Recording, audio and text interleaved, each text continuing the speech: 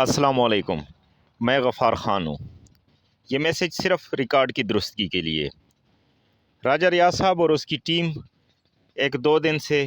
کچھ ایسے فاتحانہ انداز سے نعرے مارتے ہوئے کہ اس سے ایسا تاثر جا رہا ہے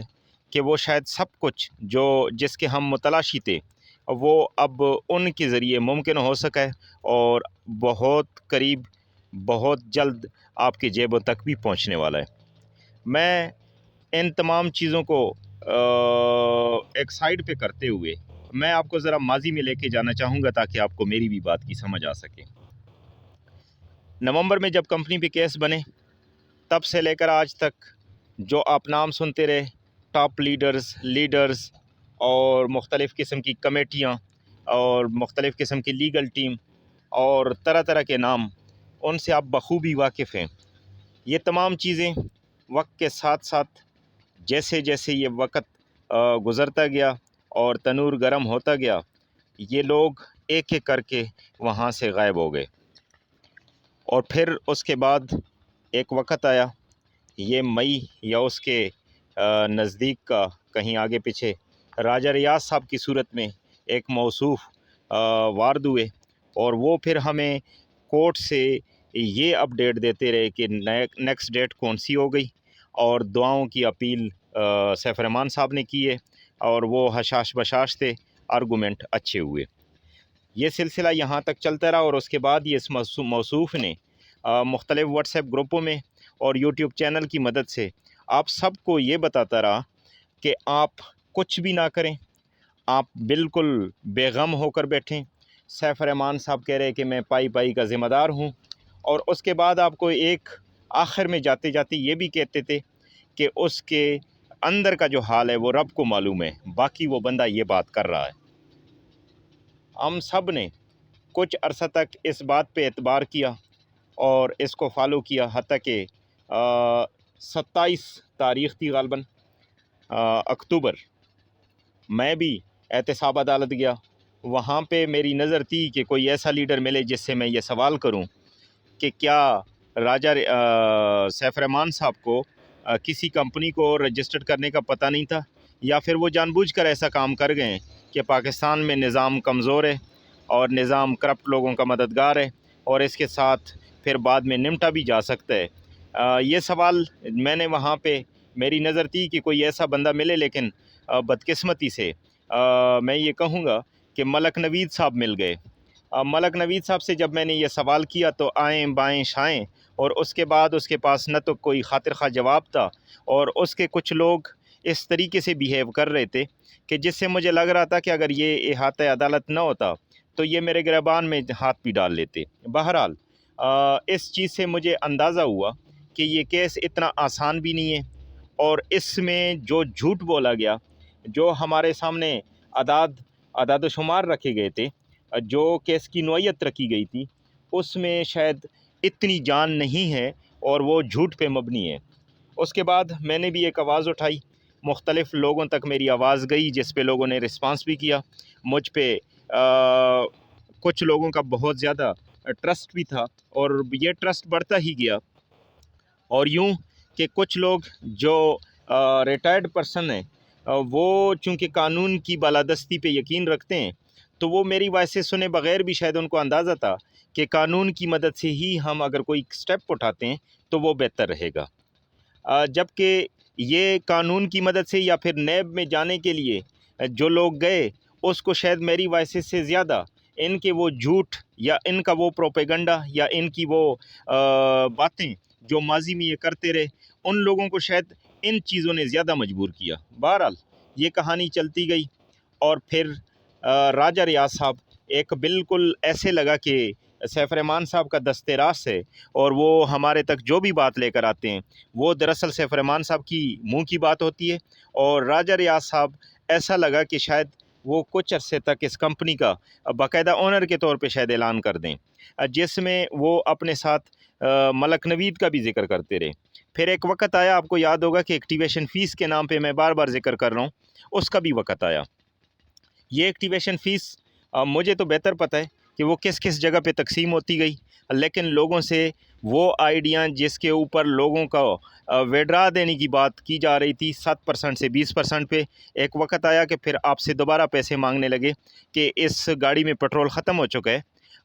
اس میں دوبارہ پٹرول ڈلوائیں تاکہ آپ کو ہم جو ہے نا اپنے منزل مقصود پہ پھر ڈراپ کر سکیں۔ میں نے اسی ٹائم بھی آواز اٹھائی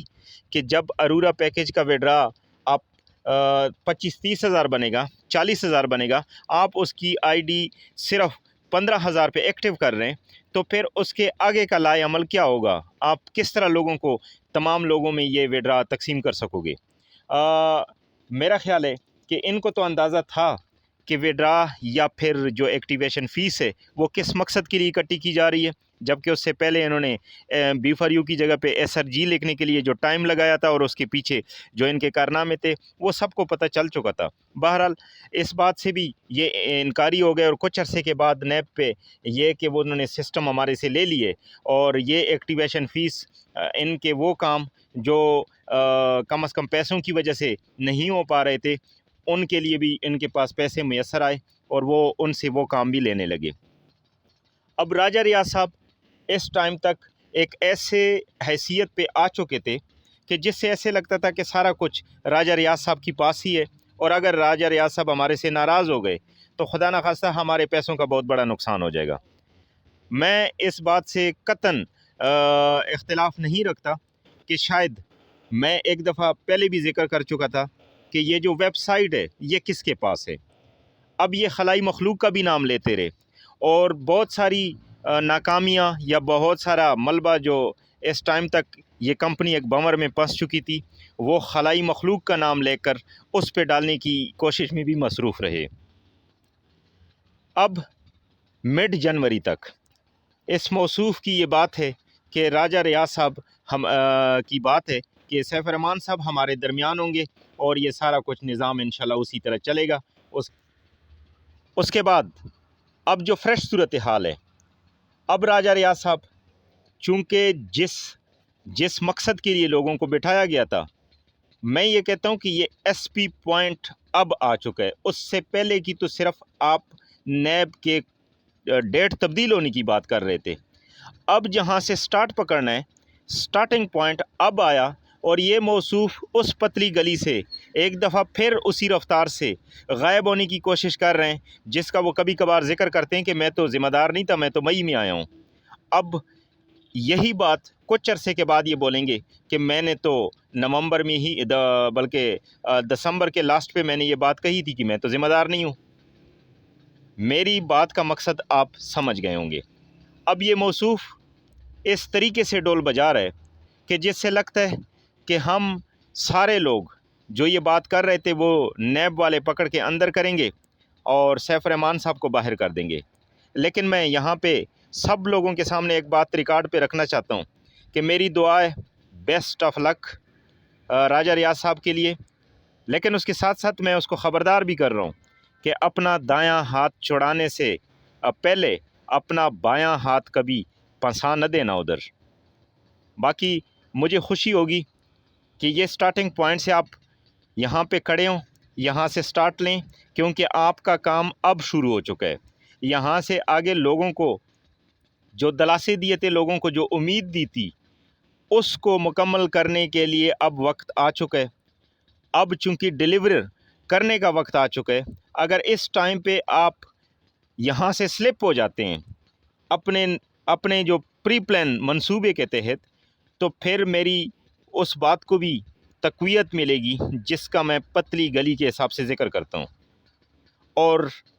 ایک سمجھدار بندے کے لیے یہ بات سمجھنا بالکل مشکل نہیں ہے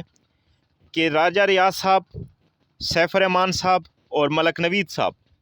وہ کیا سوچ رہے ہیں، اور اس کے مستقبل میں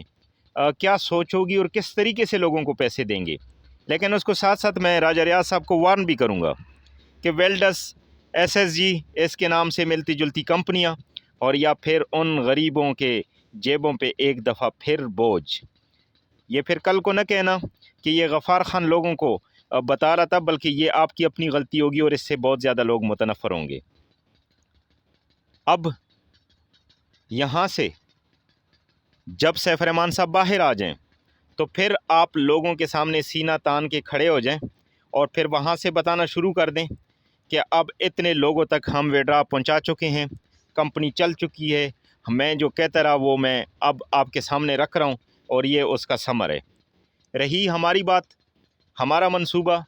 ہماری سوچ وہ صرف اور صرف اس بات تک تھی کہ کس طریقے سے ہم اپنے پیسے واپس لے سکیں۔ اب ہم کس طریقے سے پیسے واپس لیتے ہیں، ہم سیف الرحمان صاحب کے ساتھ کیا بات کرتے ہیں، یہ ہماری حد تک ہے۔ اور اگر آپ یہ تمام چیزیں ڈیلیور کرنے میں ناکام رہے تو راجہ ریاض صاحب پھر میں آپ سے یہ بھی بات کروں گا کہ آپ ان لوگوں کے سوالوں کے جوابات کے لیے بھی تیار رہیں۔